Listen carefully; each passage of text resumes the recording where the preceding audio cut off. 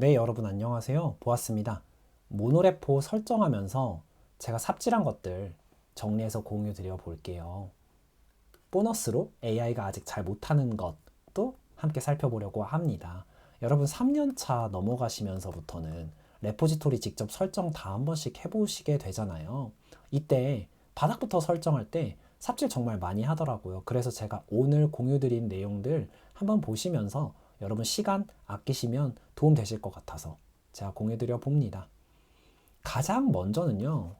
모노레포 진짜 필요한지 그 배경부터 좀 설명드리려고 해요. 이 배경이란 건 결국에는 내가 뭘 만드는지 이겠죠. 네, 그 만드는 것과 관련이 있겠죠. 간단하게 공유 드리면서 왜 모노레포였나, 꼭 모노레포여야만 했나, 그 이유에 대해서 같이 살펴볼 거고요. 그리고 나서 저는 NX라는 툴을 썼어요. 모노레포 툴 중에 하나인데요. 왜 NX인가 또 함께 살펴볼게요. 이때 비교하는 것은 터보레포요. 버셀에서 만들었죠. 일반적으로 모노레포 툴 중에 많이 사용하는데요.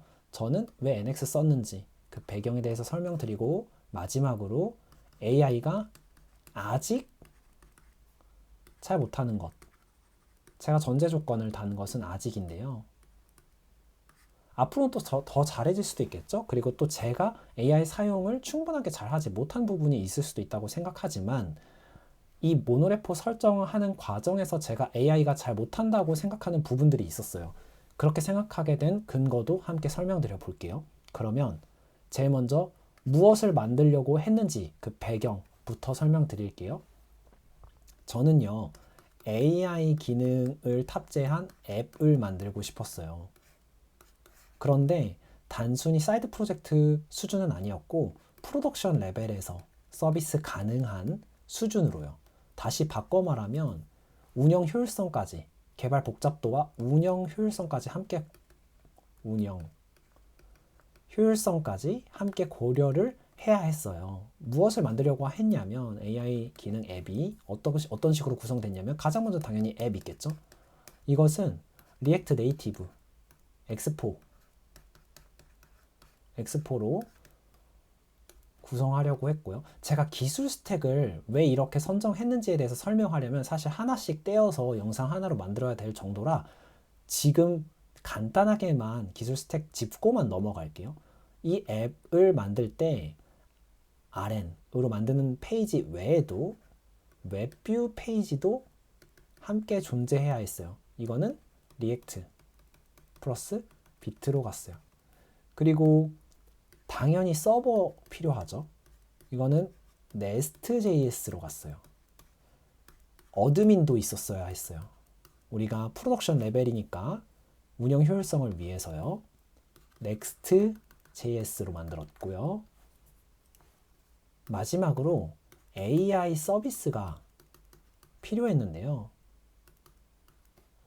이거는 파이썬으로 개발을 하려고 했습니다. 이렇게 다양한 기술 스택과 이 종류, 앱, 웹뷰, 서버, 어드민, AI 서비스들을 한꺼번에 관리를 하려고 하다 보니 모노레포가 필요했어요. 네, 모노레포가 필요할 수밖에 없죠. 여러분 보시면 어느 정도 감이 오시죠?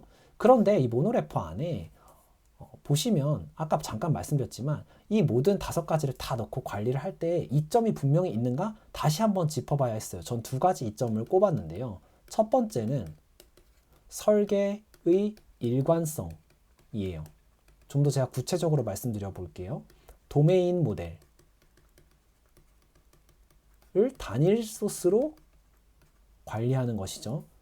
저는 NX를 썼기 때문에 패키지스에 넣었지만 터보레포 쓰시는 분들은 립스라는 폴더로 관리하기도 하죠. 도메인 모델 단일 소스라는 게 무슨 얘기냐면 서로 앱과 서버가, 웹뷰와 서버가 통신할 거잖아요. 또 어드민과 서버도 통신하고요. 이렇게 통신하는 과정에서 서로 통신 규약을 정하는 인터페이스가 있겠죠. 그 인터페이스들을 도메인 모델이라고 불러서 관리를 하게 될 텐데 이것들을 가능한 하나로 단일 소스로 관리를 하게 되면 서로 통신할 때 변경이 생겨도 통신이 깨지지 않겠다. 훨씬 더 효율적으로 운영할 수 있겠다. 라고 생각했죠. 그래서 설계에 일관성이 필요하다. 즉 도메인 모델을 단일 소스로 관리하는 것이 필요하다. 라고 결정했기 때문에 모노레포를 도입하자. 라고 생각했죠. 두 번째는요. 배포 시스템인데요. 여러분 보시면 이미 잘 아시겠지만 배포 순서도 되게 중요하겠죠. 그러다 보니까 이 배포 순서는요. 결국 의존성 그래프와 연관이 있잖아요. 의존성 그래프를 알아야겠죠.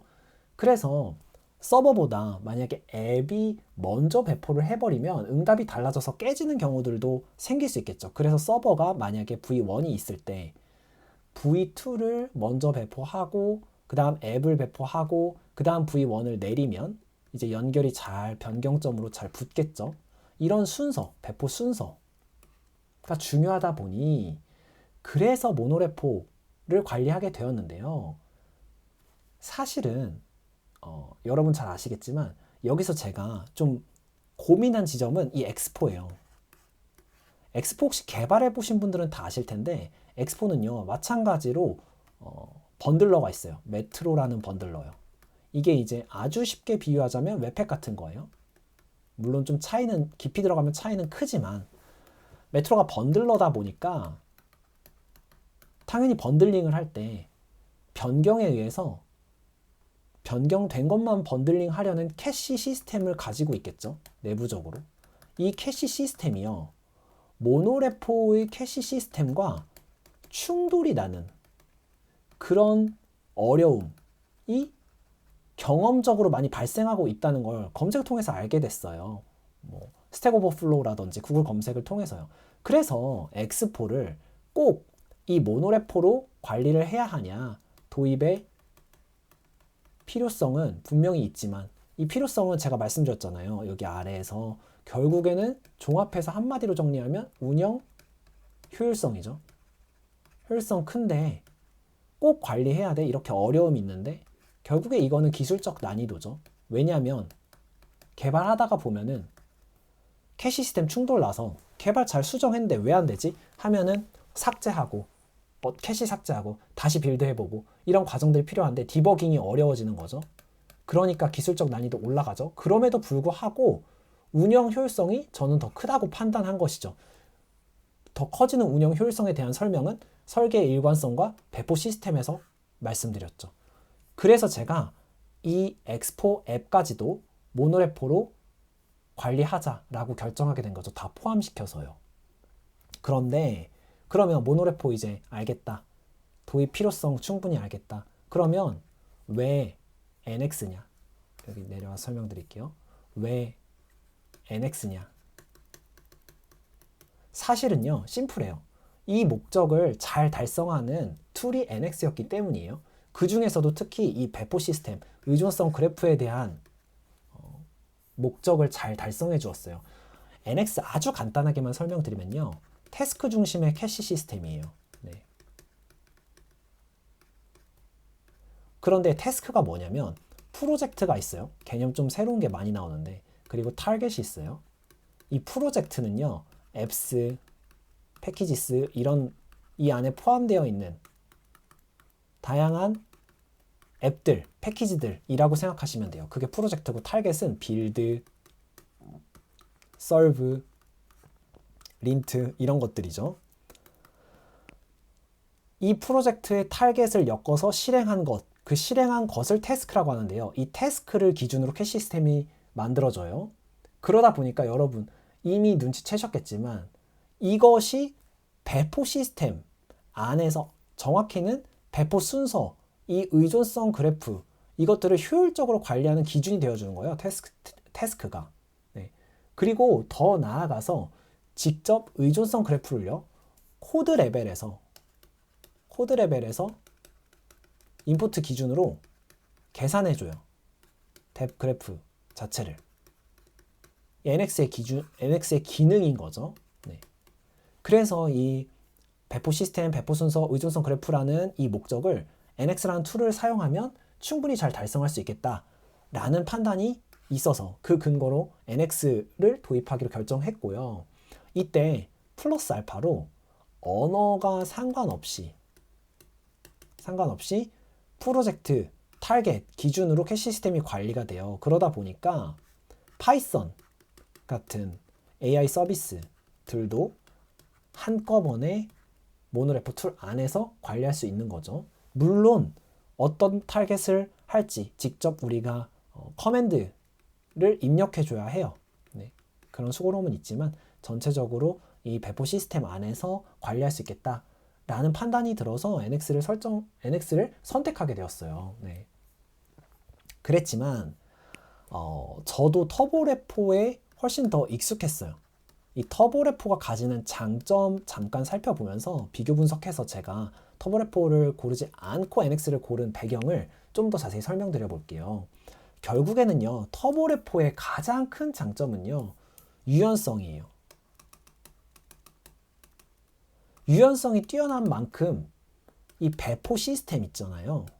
이거를 저희가 직접 설계해야 되는 게 많아요. 그래프 계산도 해주는 게 뭐 명령어 설정하면 있겠지만 기본값에서는 없는 것으로 알고 있어요. 이런 부분 때문에 다시 조금 더 구체적으로 구현을 설명드리자면 터보 제이슨 중심으로 태스크의 이 depends on이라는 이 키워드, depends on이라는 키워드에 직접 하나씩 명시해서 배포 시스템 파이프라인을 우리가 직접 설계해야 되는 거죠. 네. 그만큼 당연히 유연하겠죠. 그러나 이걸 직접 설계하기 때문에 이렇게 다양한 앱들을 잘 관리하려면 좀 설정이 꼬이거나 어려운 부분이 있을 수 있겠죠. 순서적으로. 네. 그래프를 계산해 주는 게 아니고 저희가 직접 다 넣어야 되는 거죠. 의존성 그래프요. NX는 임포트 기준으로 코드를 보면서 의존성 그래프를 직접 계산해 주고요. 그런 차이가 있어요. 또 더 나아가서 여기 안에서도 파이프라인이 당연히 있는데요. 이 파이프라인 값을 이렇게 제이슨 형태로 만드는데 이걸 기준으로 이제 태스크를 만들게 돼요. 터보레포는. 그런데 이 단위로 태스크 단위로 리모트 캐시를 하게 돼요. 캐시 시스템이요. 그러다 보니까 이 파이프라인이요. 가능한 비슷한 양식, 그러니까 좀 더 구체적으로 설명드리자면 입력 파일이라든지요. 빌드 산출물 아니면 락 파일 이런 것들이요. 비슷한 양식. 쉽게 말하면 기술 스택이 비슷하냐겠죠. 네. 기술 스택이 비슷하냐. 비슷하다면 이 태스크 기준의 캐시가 한번 빌드해 놓은 게 여기서도 동작하고 저기서도 동작하기 쉬워지는 거죠. 파이프라인 구성이 비슷하기 때문에. 그래서 훨씬 더 효율적으로 터보레포를 쓸 수가 있어요. 그렇기 때문에 기술 스택이 비슷한, 예를 들면 제가 이전에 개발했던 프로덕트 엔지니어 .info 라는 이 사이트에 보면은 캠프 페이지도 있고 커뮤니티 페이지도 있고 콜스 페이지도 있고 이것들이 결국 다 하나하나씩 따로따로 개발한 앱인데요. 이거 개발할 때 터보레포 사용했었어요. 왜 그랬냐면은 얘 전부 다 Next.js 플러스 스파베이스 기술 스택 비슷하죠. 그렇기 때문에 이러한 터보레포의 이점들 캐시하는 파이프라인 단위로를 충분히 누릴 수 있었다. 네. 그러나 지금 제가 만들려는 이 앱은 AI 앱은 기술 스택이 천차만별로 다 다르죠. 그렇기 때문에 배포 시스템에서의 이득을 이전만큼 누리기는 어려웠죠. 그러니까 NX로 가도 충분히 괜찮았죠. 네, 특히 이런 파이썬 같은 다른 언어를 쓰는 것도 포함하고 있었기 때문에 그래서 제가 NX를 사용하게 되었다라는 것까지 설명을 드렸어요. 네. 제가 지금 이렇게 쭉 설명드린 배경들이 사실은요. AI가 아직 잘 못하는 것과 연관이 있어요. 제가 설명드린 그 배경이 뭐냐면 근거.